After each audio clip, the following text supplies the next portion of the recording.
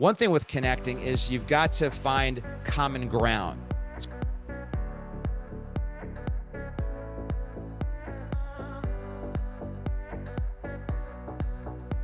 So when a patient comes in, one of the first things I'm trying to think of is there some way I can connect with them? I actually had a famous professional wrestler come in as one of our new patients yesterday.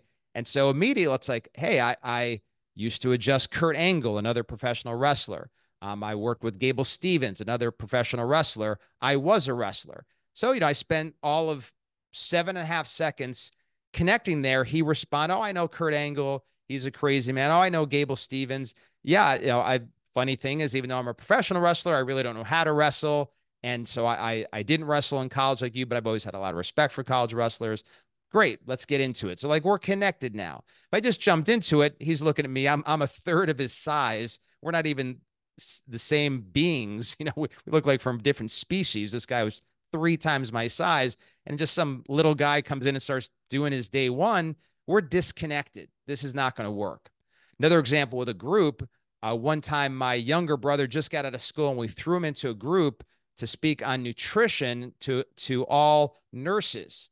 And he went in there and they were all incredibly overweight and there were donuts on the table. So my brother goes in there with no connection and just says, let me tell you why those donuts are killing you. And they're literally munching on the donuts. So he didn't get more than a fraction of the way through the talk. And it's a talk that has worked for us for many years to get patients in, convert people, build a very big practice from it. But he got through a very small portion of the talk and they actually threw him out. They asked him to leave because he never connected with the audience. Where I would have went and said, I see there's donuts. I love donuts. What flavor is that?